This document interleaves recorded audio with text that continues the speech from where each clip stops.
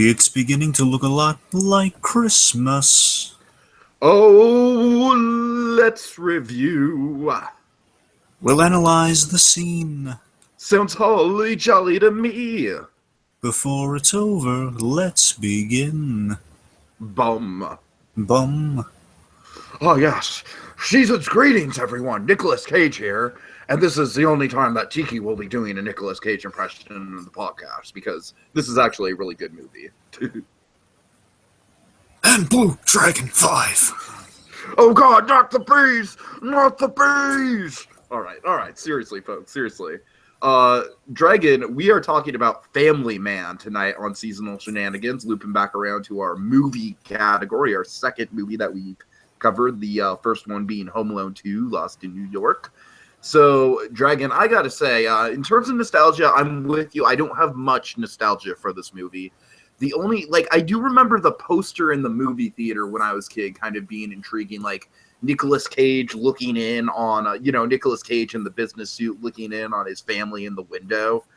That's a really good poster image. And I do remember vaguely watching it with my family one time.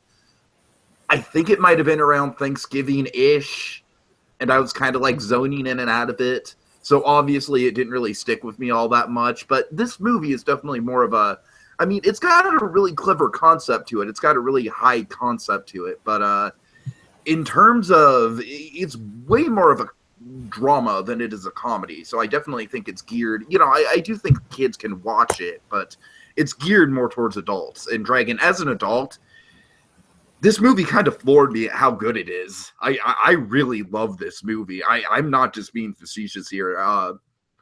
Dragon, you know what really makes a movie for me? A really, really make or break thing. One of the definitive things that makes a movie for me. What is it? It's the ending. Dragon, I love a movie with a good ending, and this ending just, oh my god, I love the way this movie wraps up. I love how it comes full circle. I love the concept behind it.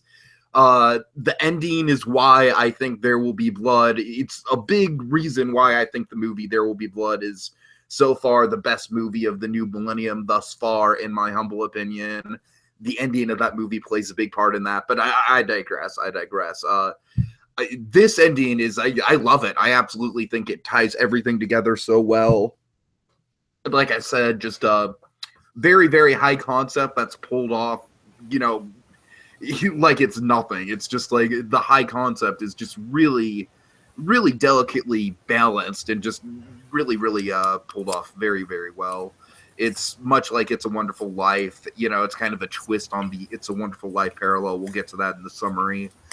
So, Dragon, go ahead. What's your nostalgia for this thing? And well, again, we're gonna history with it, I guess. But right. It's that this movie I never really I didn't grow up with, but I heard my grandmother, she kept going on about this when she went gaga for this one. She mentioned offhandedly kind of Family Man. Really, before that, I've heard it mentioned on the Red Dragon commentary, because Brett Ratner, what he loves to do in commentaries is he loves to mention he uses a lot of familiar actors, so he'll mention where they're from, or kind of some similar, script writers, kind of the people, basically people he's worked with in other movies. And the name Family Man came up a lot. I was like, oh, Family Man. And then my grandma, she mentioned Family Man. I'm saying, okay, well, I didn't know Brett Ratner did that movie. But basically put two and two together.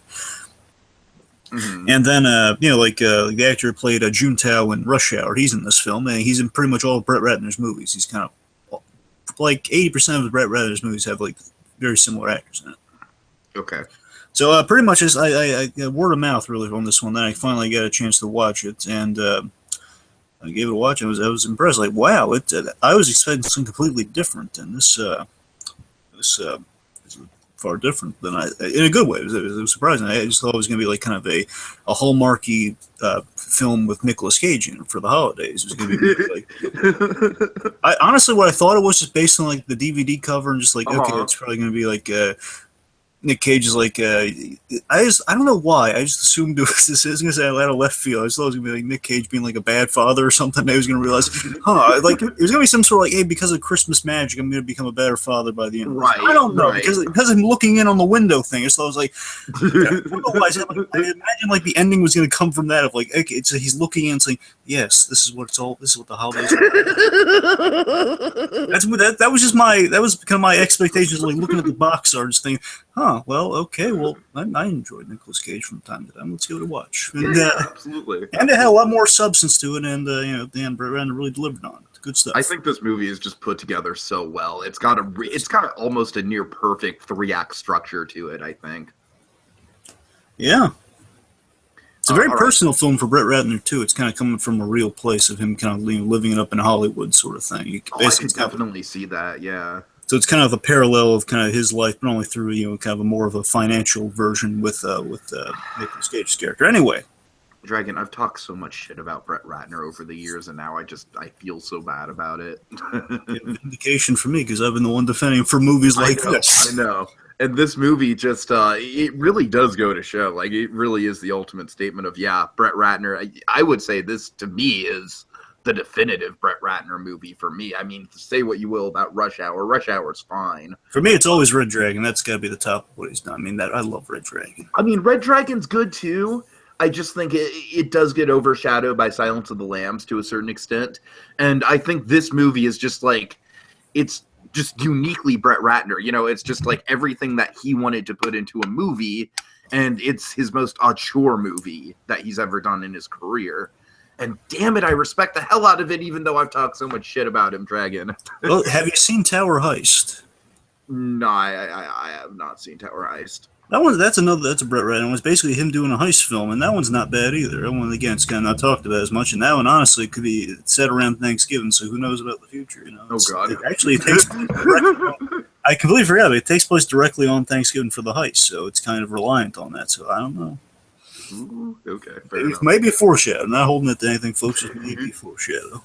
I mean, of course, the Thanksgiving special is always one of the hardest to come up with every year. So, and of course, you kind of be a way of redeeming yourself a little bit with Ratner. I guess so. All right. Anyways, we'll think about it. We'll put it down a little post note. Against post notes, we always be peeled off and thrown away. I don't know. All right. So okay. You're gonna get the summary. Yes, I'm going to summarize this real quick. Go for it. Okay, Family Man. Wall Street executive Jack Campbell gets the It's a Wonderful Life treatment after a run-in with an unconventional angel who gives Jack a glimpse, specifically a glimpse, at what his life would be like if he chose to stay with the woman he loved in 1987. In this new reality, Jack pieces together the lesson he needs to learn by adapting to this more humble lifestyle. In the end, getting a chance to change the direction his current life is taking. And that's the movie in a nutshell. All right. So without further ado, let's get into some dynamics, starting with, my God, Dragon, this is one hell of a love story we've got in this movie. I give this movie so much props for getting us wrapped in the romance. Jack and Kate. Yeah. Oh, boy. Kate, played by the wonderful Tay Leone. Yep, and she's in Tower Heist as well. I mean, again, I enjoy some Tay Leone as well. Mm-hmm. Yeah, Dragon. I don't even think the two characters are really. I mean, they're fine. They're very serviceable to the plot. I'm not saying they're bad characters, but they're not entirely memorable standout characters. But I just think the way that the romance is written and the way that it all kind of comes together is just like it's such good romance writing. Yeah. I like that they have sort of this happiness dichotomy with the relationship, and that both of them they're happy, but again, it's kind of like we usually use this for Bates Motel, but kind of like a seesaw of like kind of character happiness. Oh, absolutely. Here, it's kind of it's a happiness less of like something bad's happening to the other one, more so like they have different kind of goals or like expectations of happiness in a way that. It's the simple life versus the high life for the two of them. That's kind of like their peak happiness is like one or the other. It's never kind of. Eventually, it's going to get in the middle, which kind of the ending kind of hints at, like perhaps in the middle. Basically, they kind of strive for getting in the middle, and we see kind of the obstacles that present itself in like kind of towards the end of the film. Neither one gives up. Basically, neither one of them lives up to their full potential alone. Together is like the place where they can grow and they can kind of make each other better with the family unit. Because we see at the beginning of the film, which I really do like seeing, kind of like this high life that Jack's living here, that Cage is living up. So he can get anything he wants. He's rolling in dough. He's living all the basically he's living the Doctor Strange life pretty much. All he needs is like a little drawer full of fancy watches. And then also like a funky soundtrack. That's all he's missing. But well, that and of course the whole magical ability. But again, that would have come later. I'm talking about the beginning. Well, that is Sorcerer's Apprentice. Come on now, come on. Anyway, so it's like for God's sakes, Dragon. He actually was a sorcerer. It's just a sequel. Anyways, I'm sorry. Oh god, and he had a ring to it. Yeah, right, exactly. That's what I'm saying. By the way, that is a fun movie. By the way, Sorcerer's Apprentice. I have never seen it, but I've been meaning to. Yeah, Jay Baruchel and Nick Cage, they're really good together. Now for Mulaney's the bad guy. Pretty decent. Yeah, Mulaney's the bad guy?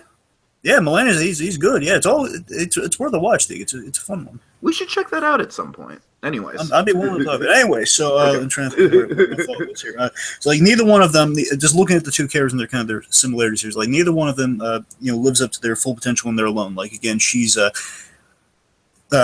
at the beginning, Jack, he's living the high life and everything, but still, he can get anything he wants. There's no challenge to him in a way. Like there's no, again, it's like he's living absolutely the perfect life. Yeah, there's nothing he really needs, and that's kind of a problem. Like, what's the point of life if it's an easy ride where she earns everything and she's still, kind of.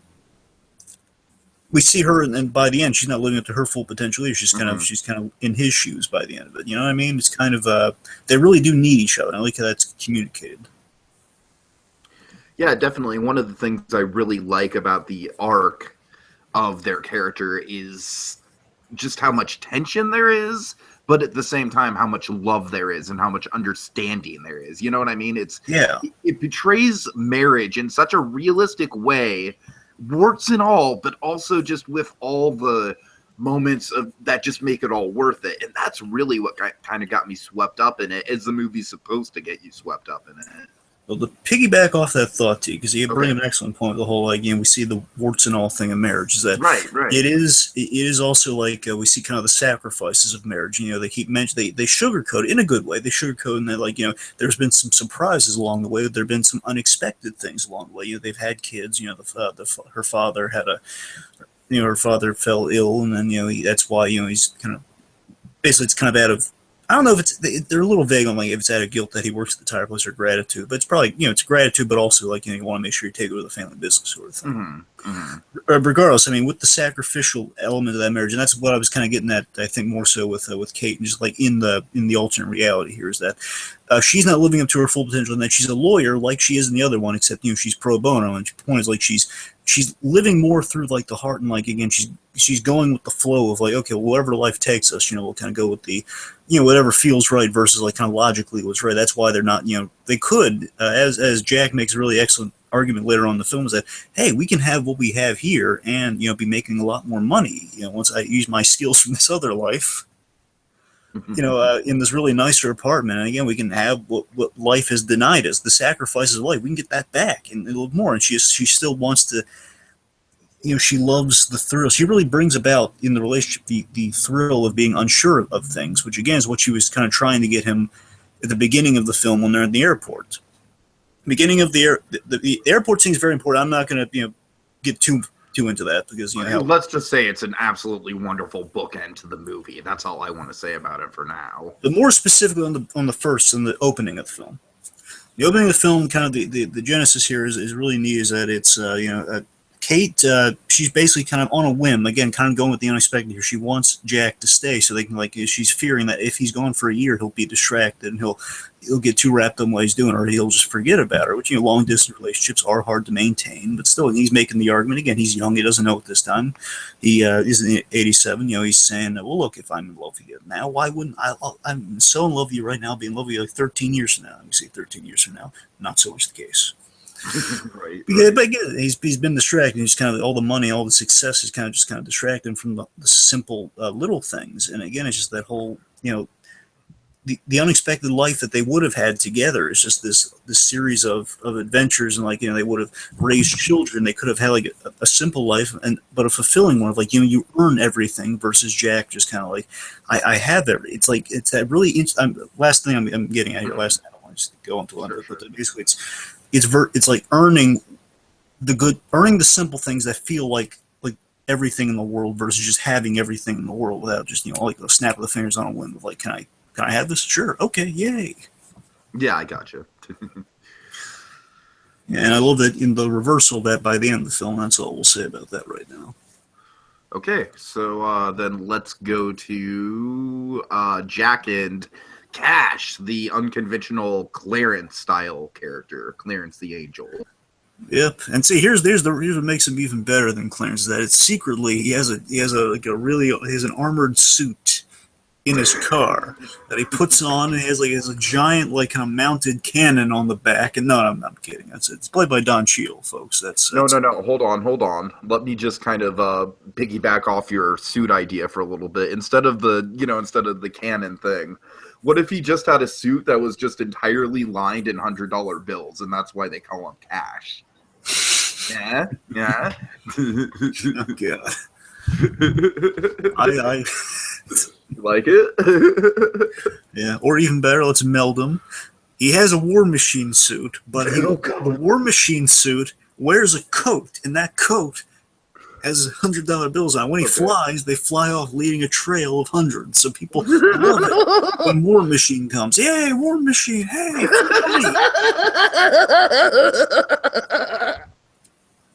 That has got to be one of the most top 10 most absurd ideas we've ever come up with on the podcast. See, and then he lands and he says, "Hey Tony, listen, they're loving what we're doing for the holidays. This is the way we tip the whole city if we just fly over like this. Yeah, we got to keep doing that. Forget all the various horrible traffic accidents. Let's just keep doing it, man. People love free money around the holidays. It's green, and it's green delivered by green and red and silver and tinsel. Man, let's make a thing of this." This is magical, Dragon. I just want to kind of clip this whole conversation we're having right now into an individual video because. Yeah, but speaking of magic, let's talk about the actual magical guy here, and that is this Don Cheadle, which is Cash. Yeah, Don Cheadle in a very early, pre-Hotel Rwanda, pre-Oscar nomination role. This guy was like an unknown back then. This is 2000, so I can't really recall any huge roles he's had before that. No, this might have been one of his first major roles ever. Anyway, so yeah, I love Cash here. I just love this. Don Cheadle has this great fun about him in that he's kind of a Clarence who's like more self-aware and he loves messing with the protagonist in a way. Right.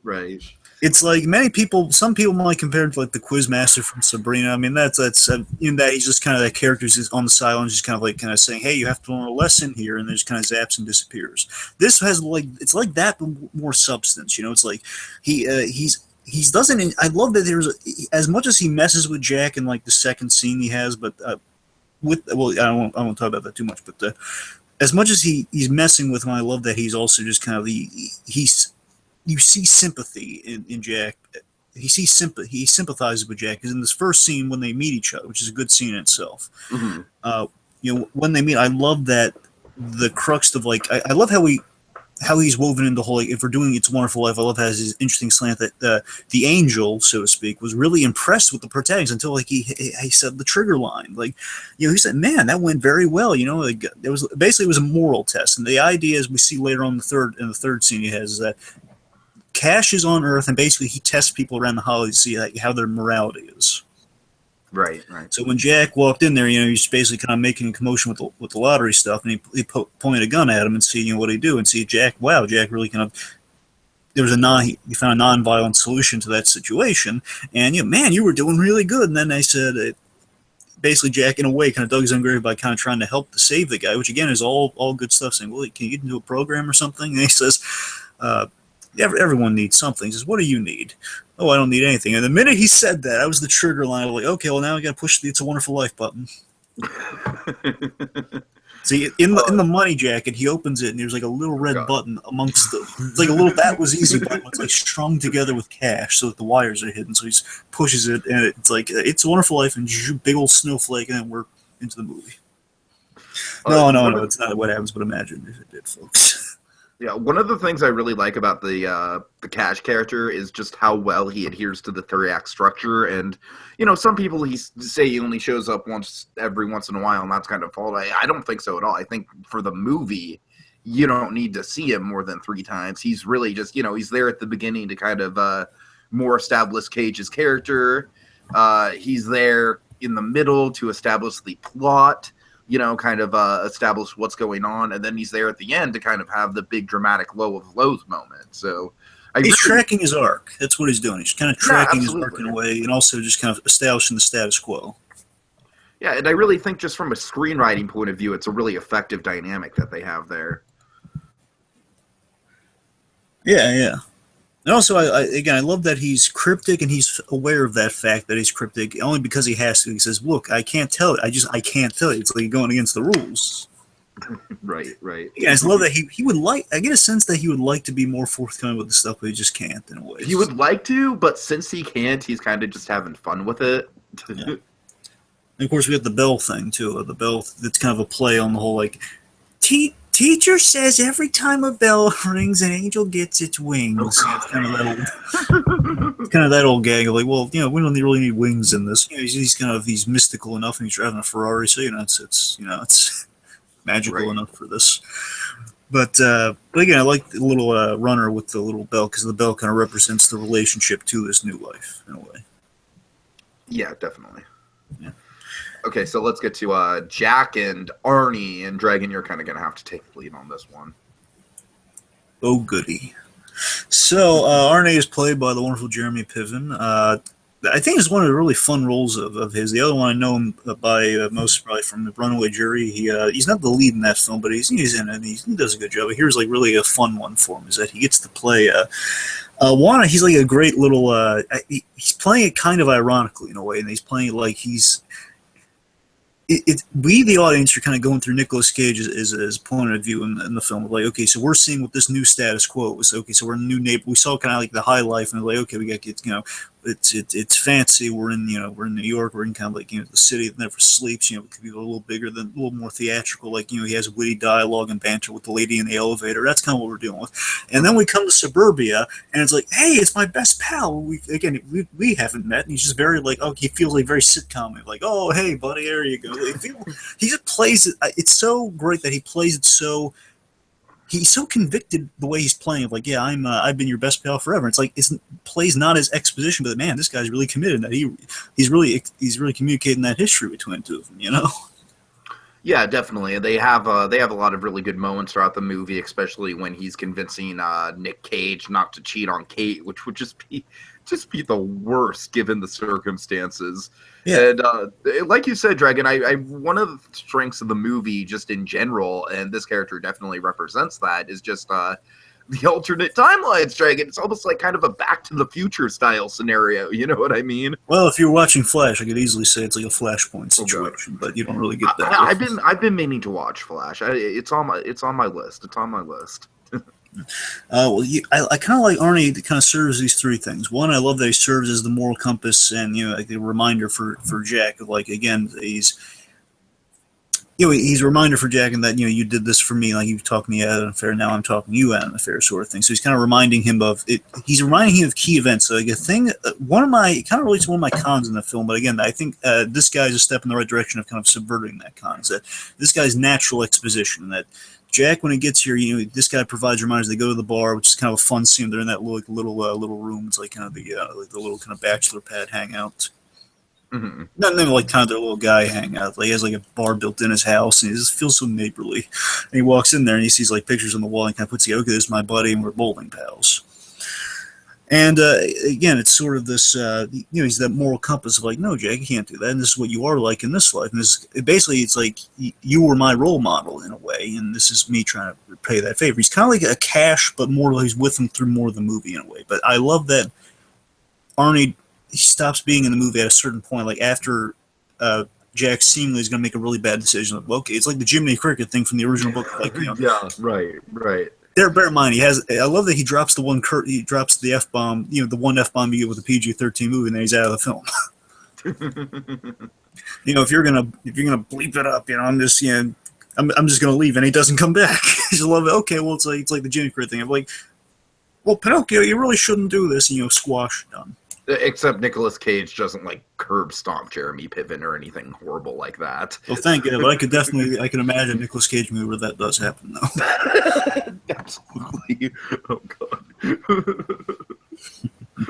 Anyway, I think the best comparison I have for their dynamic would be it's a nice kind of Barney Rubble vibe you get from Arnie. Yeah, I could see that. Especially the bowling thing.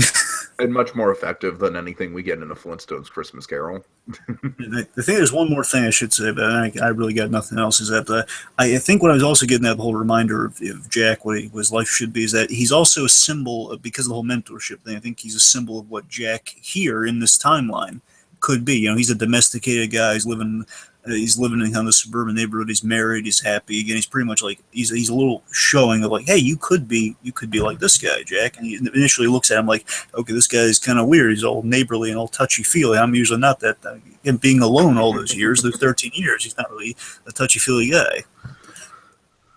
Sure. Yeah, so it's kind of a fun little like here's a glimpse of what you could be. And he as he grows a little closer to him, like he's expositing like, well, maybe I could have that affair. He's getting closer. Mm-hmm. Okay, so let's move on to Jack and Alan then. Yes. So Alan is kind of fun. It's like I would say the movie is kind of a mixture of it's a fun new take on It's a Wonderful Life mixed with Christmas Carol in a way. It's kind of the two of those mixed together. I mean, I definitely think it's more It's a Wonderful Life, but Christmas Carol does have the time. It does have the time travel elements to Christmas Carol. Yeah, it's time travel, but as well as kind of it's a Scrooge arc in a way. It's like kind of very much like a Scrooge arc inside It's a Wonderful Life. Sure.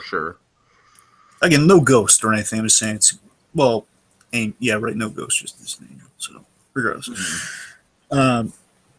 So Alan, I love that we see in the beginning, again, he's very much, the reason I bring up the Christmas Carol comparison is that you have a few elements of Christmas Carol-esque elements, and again, just because it's a Christmas movie, kind of, it's a little open to it, you can always have like a few other Christmas interpretations in there, is that he feels like, again, the title of the film, The Family Man, we start the film with Jack scoffing at a family man at the meeting. Alan, who says like he's kind of worried over the holidays, so he's a little distracted at the meeting because he's a family man. He's very mild mannered. He's very much Bob Cratchit like in a way. Sure. Not Bob Craggett. That's stupid. I'm calling you out, Rubble. Oh, God. So, but I do like that we see there is some truth in this timeline. Is that he basically it's suggesting like if Jack were plucked out of this timeline, you would have. Things the way they would have gone is like, okay, Alan would have had to fill the shoes of Jack in this meeting, which means his inside, this mild-mannered family man, he still might have kind of a lot of ambition deep down. Like Jack does, he would have been able to control the room like we see in the suburban timeline. Sure. Yeah. And again, it's like if Jack wasn't around, Alan would be him with a family, which again is something Jack kind of strives for after he gets to the company. He tries to strive to be like Alan in a way. So Alan, the guy he never in a million years would have thought he'd be looking towards. Again, I love that he's shocked by it too, saying, "Alan, I didn't know you had this in you." It's like, good for you. I just love that he's he's laughing in his face when Alan. Again, this really he seemed like a nice milquetoast kind of sort of guy. They didn't play it like you'd be made fun of, just like Cage just had to spell it out for him a little bit. I love that there's a really great bit in the beginning of this film. I completely forgot about it. It's really nice where Cage, what he does in the meeting is this guy's a little off his game because it's the holidays, it's the day before Christmas. So he's talking to the whole room, basically telling everyone, guys, we need to come in the 25th on Christmas Day. Which again is another kind of Christmas Carol thing. Hey, you that's true. That is very Christmas Carol-esque, yeah. So basically, I love that he's not mad at Alan, and Alan says, "Oh, I'm sorry." Don't be sorry, Alan. Because he says, "I'm gonna give you all a gift. More zeros at the end of your paychecks if you guys just donate this day." I love he's not mad. I'm saying, "Don't be sorry. Just be focused, man." Mm-hmm. Yeah, I'm sorry, Dre. I don't have a lot to add because, like I said, I kind of broke up my viewing of this throughout the movie, throughout the day. So I'm sorry, I feel bad leaving you out in the cold. But I just love that. The last thing I'll say, then, is I love that Cage is just because of that. I love that he's never really malicious to this guy, even though this guy he kind of comes in a little maliciously, saying, "Hey, you're just like a little side project of the old man here. If you try to horn in on my job, we're gonna have a problem. You understand?" He just laughs in his face. Just love Cage not getting psychotic in the conventional sense, just getting psychotic in the oh god. That's true. Cage is very subdued psychotic in most of the scenes. There's really no scene in the movie where he goes over the top. He's very restrained, and I like it. It's one of the better Cage performances, I think. It's not a scene where he pulls out the horrific device and switches faces with the guy. No, nothing like that. Nothing like that. Anyways, so let's get to the heart of the movie. Jack and Annie and Dragon. Actually, I have stuff to say about this. So Lead us. All right. Since you did such a good job of leading me through my incompetence. So yeah, Annie, Dragon. What a great kid character. So much more adorable than the whole like teacher says if the bell rings then the angel gets the wings. No, it's like this is a great kid. And like you said, Dragon, just alternate reality, hit girl. That's all I'm saying. Come on now. Anyways, Dragon, just the great thing about the Annie character is that she's in on the whole transformation throughout the movie. Like she instantly kind of knows that there's something wrong with Cage when he goes into the alternate timeline. And then she calls him out on it pretty much right away. But she's very accepting of it. She's just like, well, I'll get to it when we get to favorite moments, you know what I mean? But it's like, I love how she's definitely like, even though she's the youngest character besides the baby, she's one of the most on point with just following exactly what's going on and really getting the transformation that Cage is going through.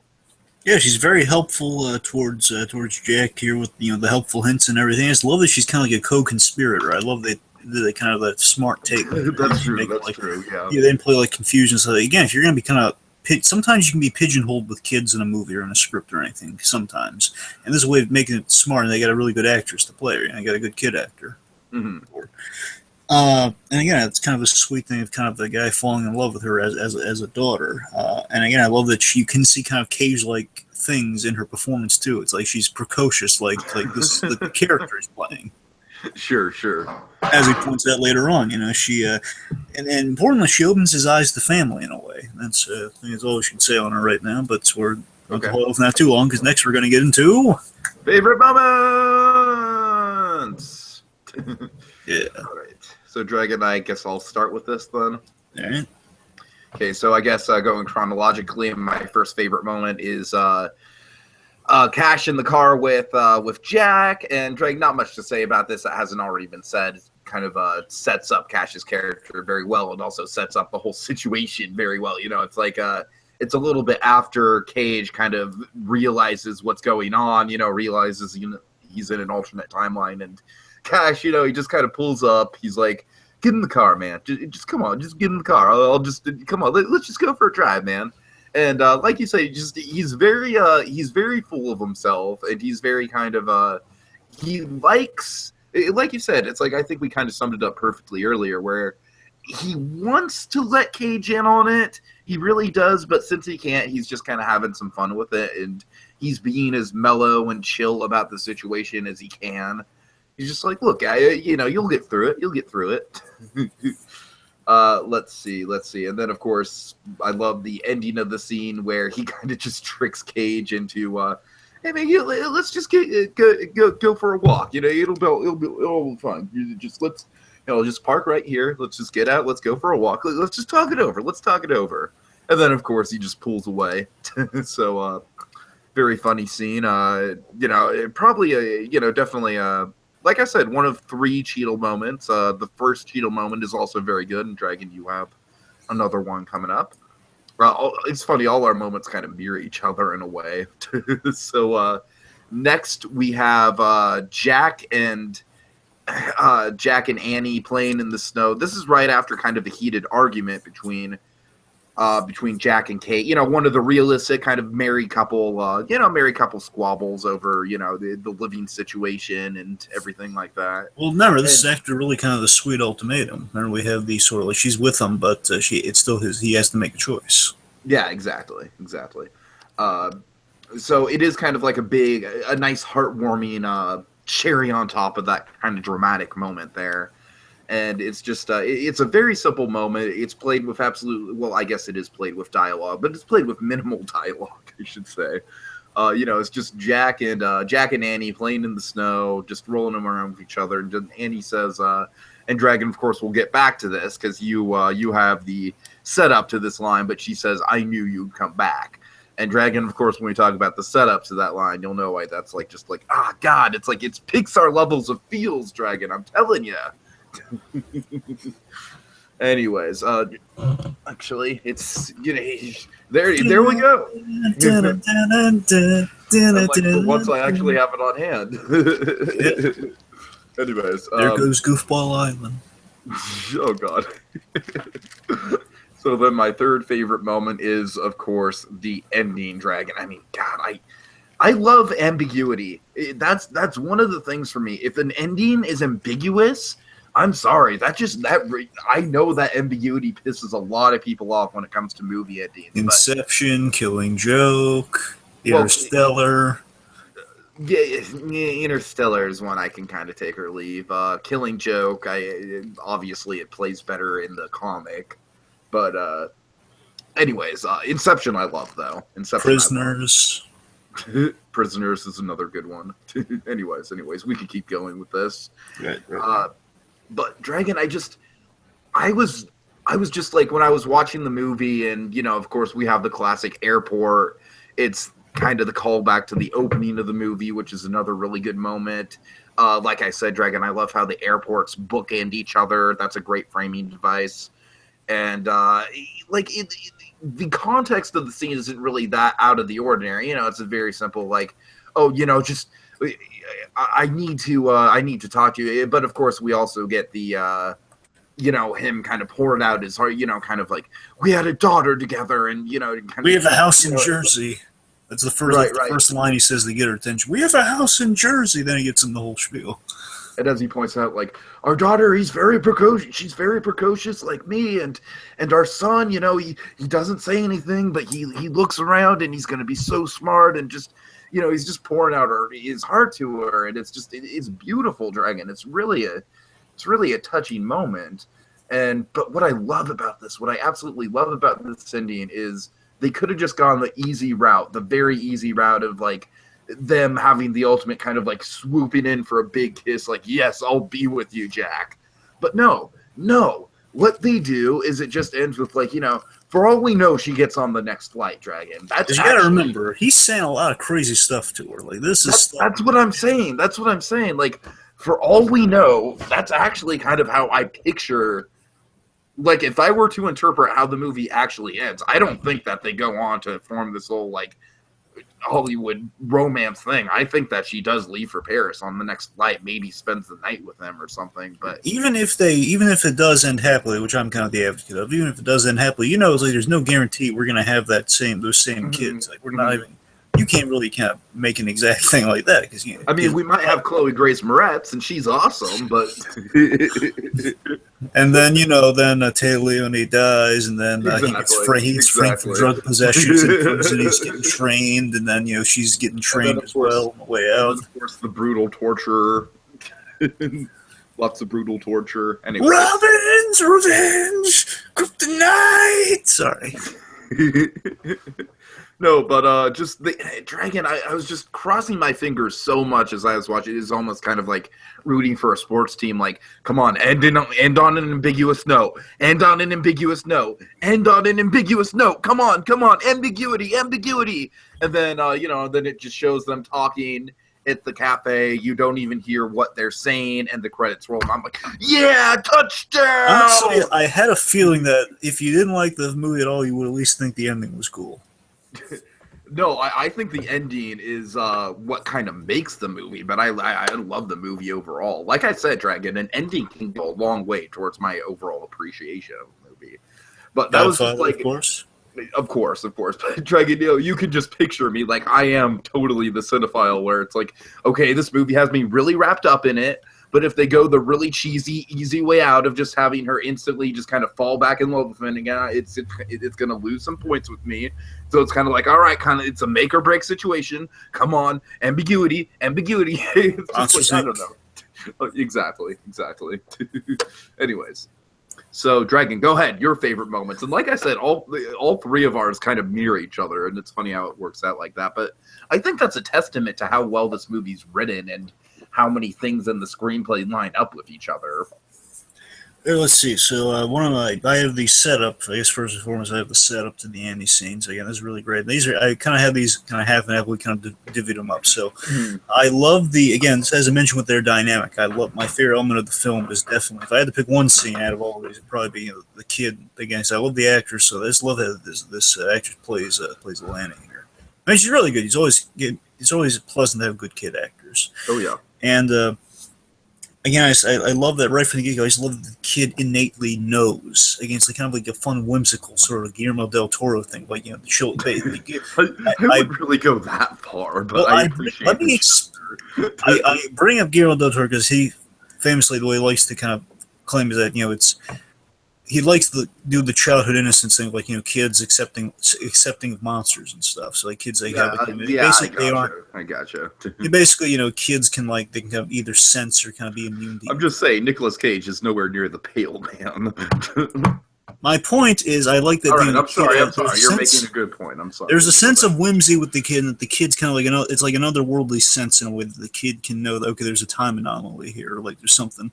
Basically, she knows okay, that's not my father, even though he looks identical to him. I know that's not him. It's not just like he's not acting like she kind of knows. It's like kind of a look in the eye. She kind of gets it, and I love that she was straight at asking. This is a natural thing that a kid would ask. Like a kid would ask those sorts of questions, like are you really? If a kid had doubt, they would ask. Yeah, and I loved it. Definitely. So again, it's the best dynamic in the film, but also it just plays into this moment of like then he doesn't lie to her. He just says, "No, I'm not." Again, he's not even thinking that could really screw up the kid, but thankfully she's really accepting of it. And I love their kind of this little secret team in this whole film. Like, yeah, I know he's not. He's like. And I love just kind of the ambiguity too of like mentioning like you don't know if it's magic, you don't know if it's entirely a dream, you don't know, but you do hear like they kind of equate it's like a space alien must have abducted him and put like an exact copy. That or Face Off, but she hasn't seen his Face Off, so. I hope she hasn't seen Face Off. Because secretly, imagine if the whole film was secretly Travolta, like he just got replaced with Travolta. No, oh no. I was saying that'd be another explanation why he would look exactly the same, but not be her father, and she would be able to recognize this. Oh god. Anyways, but yeah, absolutely, Dragon. I just think that moment it's so wonderful the way it plays out into my moment. You know what I mean? Yes, and of course, just the connected to yours. Your payoff is excellent. Where it's that moment where. Again, she kind of knows she has information from the beginning of like, okay, you're not my father. I understand that. And then by the end, like again, she's often like helpful hints about the anniversary. So again, they're a really good team together. And then by the end, it's like kind of that moment of like, okay, the loop is kind of closing now on his arc. He's kind of learning his lesson at this piece. He's starting to learn his lesson, where he, where you see, and she says, I know it's you, like it's you. The way it's like, oh my god, you're finally back. You just know how it happens. Just in case it's like, hey, my daddy's finally back. Yeah, definitely. It's so underplayed. It's so wonderfully underplayed. I think just the setting on that's really good too. It's like they're playing in the snow because again, that one is closure to Taya Leone's of Kate's character. That's a kind of a confirmation of hey, we're gonna stay. And then you have that moment that add all the more sweetness. Then you realize, okay, he's made a decision, and it's been sugarcoated. Like, oh boy, now we know it's kind of coming to an end. Mm-hmm. So another scene, the meeting with Jack. Basically, he kind of as he's starting to accept his fate in a way, as he's starting to. Basically, I think after the anniversary goes, I think this is when all this happens. Bear in mind, I just kind of rewatch it after. It's kind of like an annual thing. I don't really like watching all that regularly, so it's kind of like an annual. So bear in mind, I'm a little sketchy on this. So. Point is, I'm pretty sure after he's kind of getting things back in line, then by chance, Lasseter kind of brings his fancy car by because he blew out a tire. Basically, scores points at Lasseter with the information from his old life, and Lasseter was his boss in the other life. So he's kind of trying to upgrade his life in a way, which is clever, and I really like that in the writing. It's like, okay, well, everything's going well. You kind of earn points with the family, and you can earn more money. Basically, you reach a middle ground of what you want and what she wants, and okay, you're reaching a middle ground. Okay, compromise, and that'd be a way of doing it. And basically, the way he does it is really impressive. It's just really Nick Cage at his finest in terms of acting here, where basically kind of he wins these guys over the information he has, and he just basically kind of rattles off like what they're routines are, like what the personal things he knows about from the other life, and they're just completely mind blown by like, oh my god, he's like the awesome. It's like an awesome sales pitch where pretty much he gets a meeting with these two, and like it seems like they're kind of scoffing at the whole like he's a tire salesman. And he just basically kind of sells them like, and I know basically I know what I'm talking about, and I'd be the guy to hire. Otherwise, why would I be here? Right, Why would you be meeting with me if you didn't if you didn't want to take a chance on me? So you might as well hire me. Again, it's really smooth Nicolas Cage performance, really good stuff. And my runner up would have been like kind of the whole like, Alan, I've never seen this side of you. Totally. Okay, Good so for you, Alan. Okay, last moment. I got cash at the end.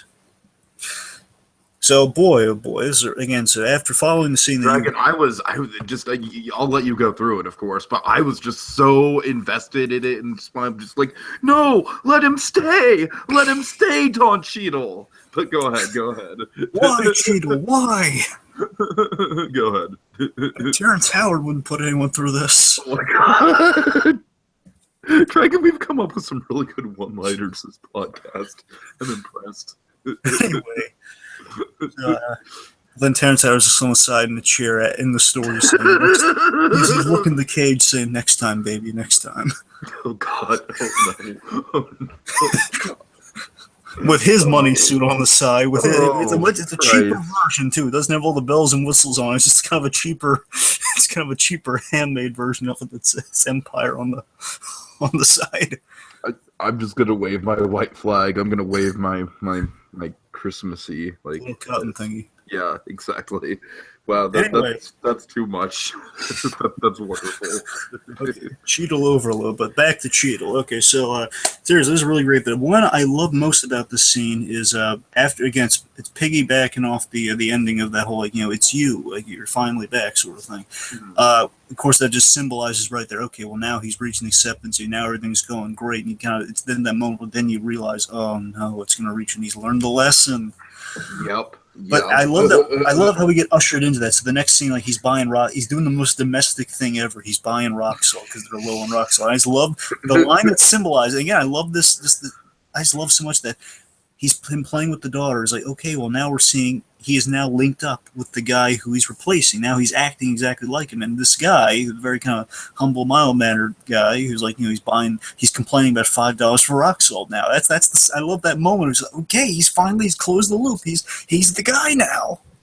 Oh yeah. And then of course, right after, then you have the realization. If not from the girl, then at that moment, oh no, he's reached the end. He's the guy now. So we can't stay in here, otherwise, it's like Christmas carols. You got to wake up. And of course, we get the whole, well, a glimpse is just by definition, it's not going to last. I'm like, no, fuck you, Cheadle. I think it's like, he has that excellent line. It's one of the best lines in the whole thing, honestly. He says, a glimpse by definition is not permanent or something. That's what I'm saying. Yeah. I know, because that's why he phrased it so specific in the beginning. A glimpse, like this is just a glimpse. Now, it was kind of this cryptic line, and now you get at the end of like, it's a glimpse, but no glimpse. Glimpse by definition is not permanent, which is I think such a beautiful line. That's one of the best lines. Again, I'm sorry. It's beautiful, but at the same time, I'm just like, damn you and your loopholes, Cheadle. Damn you and your sick. But But what I love about that line, and the way Don Cheadle delivers that line, because one, he's like being all chummy, and two, there are three things with Cheadle going on here. Then I don't want to spend too much time. It's a really good scene, but it's like it boils down to three moments, three sections of this whole scene. One of like just the recognition of, hey, oh man, you're getting domesticated. You're buying salt. You're buying rock salt. Right, he's acting all casual. Secondly, I just love the fact that he's still working. So basically, it's a really clever thing in the writing. This is a really clever bit of the writing, Tiki, where there's a lady in the store, and you kind of wonder, why are we lingering on this lady? And it's the fact that he like tells her the amount, he gives her too much change back. Like I don't know, I forget how much she's supposed to give points. So he takes like like $9, it's like $8 instead of like maybe $4. I don't know. She takes the extra cash without saying anything. And he writes it down in his book because she's going to be the next movie, essentially. She's going to be the next, like, give her a glimpse next. That's the implication. Like, he's writing it down. He's going to have to give her, like, a whole, like, glimpse spiel as well. Oh, God. Because I love that. And then, of course, in the third part of it, it's just the performance on Cheadle here, where he just, as he says that glimpse line, he gives, like, there's a very subtle sadness of, like, I'm sorry, man, it's my job. It's like, it's not said, but it's kind of felt, just as he's saying, Jack, basically, I kind of told you this sort of stuff in the beginning, and like, there's no way, in a way, what he's communicating, and this is only Don Cheadle can really do this for this scene. It's like he's communicating without saying it that I'm sorry this is going to happen to you. I had to put you through this thing. This is the lesson. You've learned it, and you knew from the beginning. You didn't understand it, but you knew from the beginning this wasn't going to last, and I'm sorry you have to go through this. I'm sorry you're going to lose this family. Now you like it, but you have to learn the lesson. And it's hard. It's my job. I wish I could have it could be another way, but it has to. Again, without any word of that being said, it's all in the acting. Yeah, definitely. Good stuff. And real quick, this one about. I just love this real great moment of waiting in the chair. I love how he knows that it's about to end. He knows after that scene, he goes home, and it's a really great visual thing, Tiki, where he's sitting in the chair, trying to stay awake, watching his wife so he doesn't lose everything around him. Because he knows the minute he goes to sleep, it's all going to be done. Yeah, right. Yeah, Dragon, and like I said, at this point, I'm just like, this movie, it's so emotional at this point. It's really like this side of E.T., it's one of the most, like, gut-wrenching low of low moments in any movie, for my money. And he's sitting in that chair, he drifts asleep, and then he wakes up alone in bed. Mm-hmm. In the silky underwear, he gets a phone call. It's all for now. Oh yeah. Anyways, on to the nice. Yeah, naughty and nice. Start with a nice. Oh God, where to start? Just Nick Cage's performance. Nick Cage's performance is great. Wonderful framing device. Wonderful screenplay where everything just kind of gels into each other incredibly well. Every scene has a purpose and pays off. Great romance. I could keep going. The Elfman score. Oh yeah, really good score. Let's see. I love that we avoid kind of the conventions and the cliche trappings we do, because remember they have they have the affair subplot, which they don't pay off because they know it would have been bad. Right, they're just like, hey, we could do this, but no. Yeah, because remember they hint at it, like saying, "I'll meet you, and everyone's gone on that one day." And we don't see the ending of that scene because they know it would have been terrible. Sure. I think they utilized New York and New Jersey very well. Mm-hmm. It's a good take on the man who has everything, and the whole it was a dream plays to the really gutsy ending. Because Tiki, if you were an executive or someone, or like I don't want to say any screenwriter can put anything down, but if you were like the guy who has to make the final decision, like, yeah, this is going to be our ending, would you have the guts to do it? Because this is a hard sell. You imagine this would be a hard sell to a studio. Here's how we're going to end the thing. If I personally was, I'd be like, yes, bye.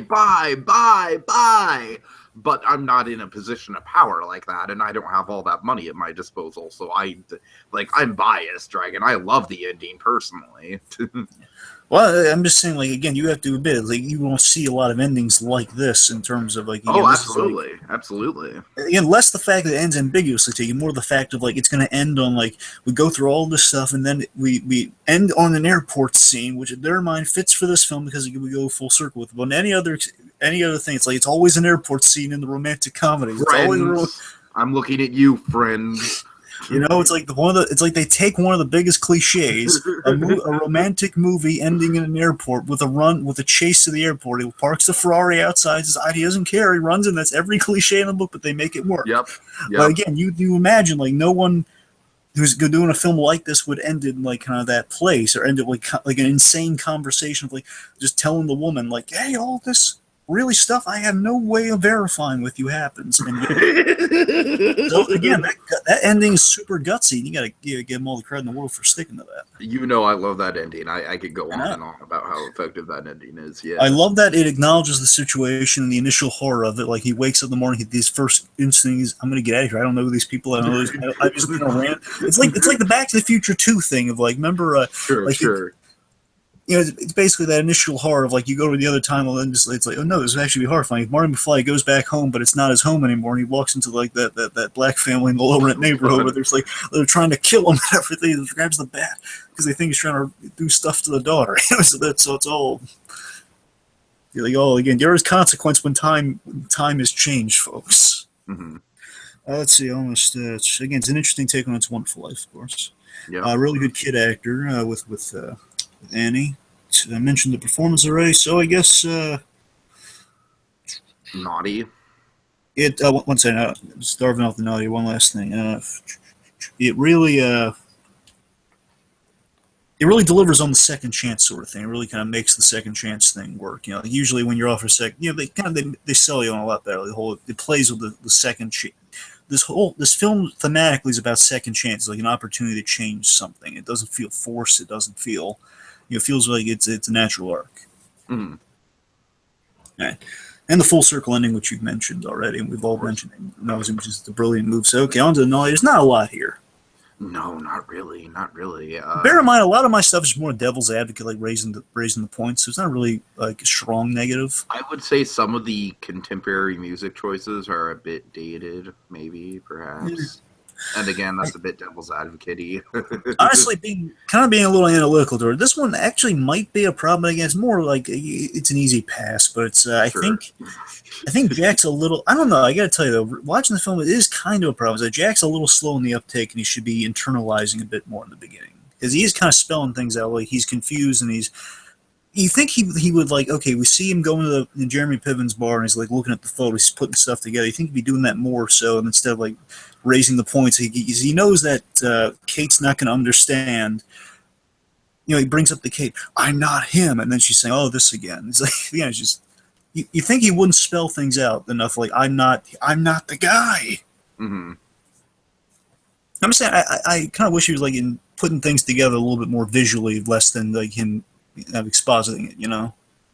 Yeah, I get what you're saying. I think it works okay, but yeah, you're right. It could have been trimmed just a little bit. I think in general, like this movie didn't necessarily need to be a whole 2 hours. He could have trimmed about maybe 10 minutes off of it here and there. Yeah, it's like what that really plays in for me is like, you know, we get stuff of like basically him not internalizing makes it look like he's slow in the uptake, which is kind of, I don't want to think of him as like a little slow, and like he should realize he's in the alternate reality a lot sooner than he does, you know.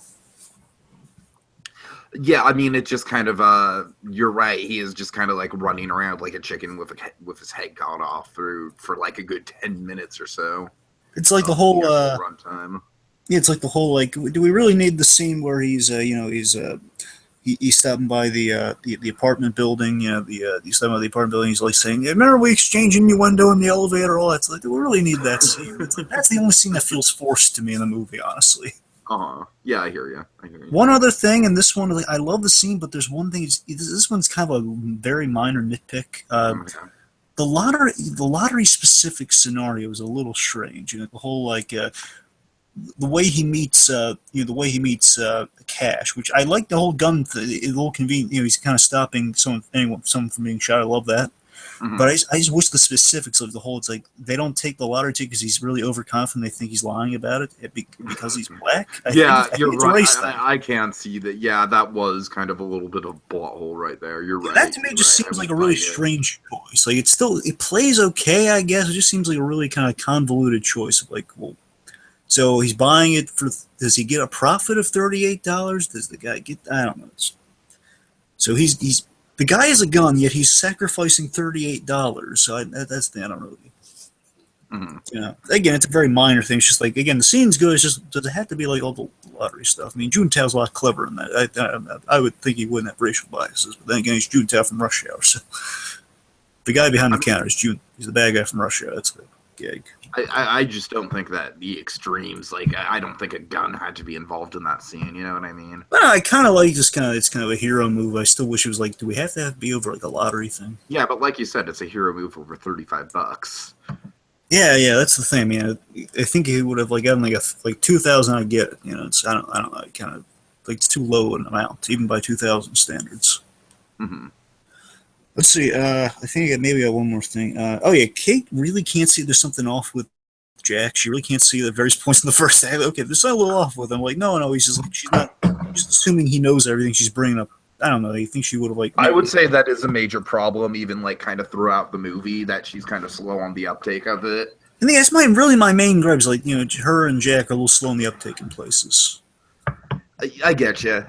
Which, okay, we can at least kind of narrow it down to one thing that the movie could kind of do a little bit better at. So fair. Yeah, the rest is just kind of like, again, they're not really big. They're not problems that cripple a movie or anything. They're just like things like, well, you know, maybe that's like the one thing kind of maybe hurts it on rewatch, you know. which you haven't experienced yet. I've experienced rewatching a few times. Like, well, I never really thought about that.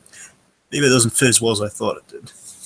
Yeah, definitely. All right, anyway, so that's all we got it for Naughty. So how's it hold up as a Christmas special? As a Christmas special, like, it's a great movie. I don't think there's as much Christmas in here as I was remembering, to tell you the truth. Well, it takes place on Christmas Day, and of course we have kind of the parallels like, Carol and Wonderful Life. I love it's like after Christmas, like in December and stuff. Well, that's what I'm saying. A lot of the stuff is kind of like post-Christmas, which is why, like, it's an awesome movie. Christmas is kind of a central element of it. I don't necessarily you could definitively call this, like, this is absolutely 100% a Christmas movie. If you want to be really technical, though, it is a Christmas movie because it takes place between. If it's all a dream, Tiki, it still does take place on Christmas Eve, and it takes place between Christmas Eve and Christmas Day. It's between 2 days. So I mean, that is being very technical about it. I'm just saying, if you want to be, because he's asleep during the whole thing, so it's. Look, I'm kind of just playing devil's advocate here. I mean, of course it holds up. The movie itself holds up. We've been praising the heck out of it for the most part. But just playing devil's advocate for perhaps, it's not the most Christmassy movie that we've covered. I will say this, though. I want to just compare it to kind of Lethal Weapon for a moment. We said this about Lethal Weapon. I think it also fits for this, is that what Lethal Weapon really did well with the ending of that movie, which is a really good ending. This thing, the theme of family, of course, Family Man, is complemented by Christmas because it's all around the holidays. It gives occasion for the parallels to It's a Wonderful Life and Christmas Carol. It gives occasionally, okay, well, all the family will be dropping by, like the father-in-law and the in-laws will be dropping by, and they have the Christmas party. So it gives occasion to all the stuff that happens in the film. So it's very reliant on Christmas in like a non-forced way, which is good, and it's a good Christmas journey sort of thing. And it's a new take on these two stories kind of spliced together, or at the very least a new take on It's Wonderful Life. Yeah, sure. Okay, so I guess without further ado, let's get some final thoughts out there. Would you like to go first? I will go first, yeah. I mean, I've pretty much said all I need to say about it. It really took me by surprise how engaging it is, how clever the concept is, and yet it doesn't really feel like a big, high-concept fantasy movie. It's just a really cool conceit. And, it's just all around, it's just a fantastic film. I think it's definitely, for my money, at least obviously the most personal film that Brett Ratner's made, and the movie that kind of made me regret making fun of Brett Ratner all these years. So what else can a movie do than just kind of, make you respect the filmmaker who you've kind of had maybe a little bit of a childish grudge on for certain movie franchises that he may be derailed at certain points. But, this movie definitely redeems that. So, top marks, Ratner. So yeah, this is a feel-good film. It's not like your standard holiday movie. It's got a lot of good writing. It takes chances that pay off, especially with the ending. I think the best thing I can say to kind of take us out on kind of the film as a whole is that it's kind of a movie that's, in a way, I mean, I don't think intentionally it was this way. I think just kind of feels this way to like kind of just a newcomer looking in. Is that it's tailor-made. It's like a tailor-made Nicolas Cage Christmas movie. It's like a film that feels distinctly. This is if you ever imagine a Christmas movie from Nicolas Cage, this would be it. In that it's not conventional. It's a little wacky but enjoyable. Yeah, definitely. It's out there, but boy, is it fun. For sure. Okay, let's unwrap the next selection really quick, folks. It'll come from our I Can't Believe It's Christmas category. Very fun. Oh, yeah. Returns. All right. So we're talking about Batman Returns. It's essentially the movie that inspired Gotham. I mean, let's just be real here. Well, there's a lot of Batman Returns in Gotham, yes. Yes. And also the movie that, if not for Batman Returns, we wouldn't have Batman the Animated Series. So there's that. In many capacities, well, 89 and Returns, so it's kind of both. True. But I'm just saying Batman Returns and Animated Series kind of same timeline. Anyways, you know what I'm saying. Yeah. Well, you don't have I've Got Batman in My Basement without Batman Returns either, so. I know, damn straight, man. Damn straight. Come on now. Anyways, in all seriousness, though, Dragon, I'm curious how much Christmas is actually in this movie. One of my favorite lines is a Christmas line that's in that movie. So That's a line. well, I'm saying there's more. Trust me, there's Christmas sparse throughout, and again, importantly, there's really good lines. We'll see. We'll get something out of it. All right, Well, I think this is going to be one where the question of does it hold up as a Christmas special is going to kind of be in the balance here. So it's an interesting experiment to talk about Batman Returns, I think. Yes. All right. And for my money, I think that's definitely the first time we've done a podcast about any of the 90s Batman movies at 89, but you know what I mean? That era of Batman. The Burton era Batman films. Right. So, okay, so Dragon, go ahead and take us out then. Well, kids, time to dash away all. But as we wave goodbye, don't you cry. We'll be back again next time for even more seasonal shenanigans.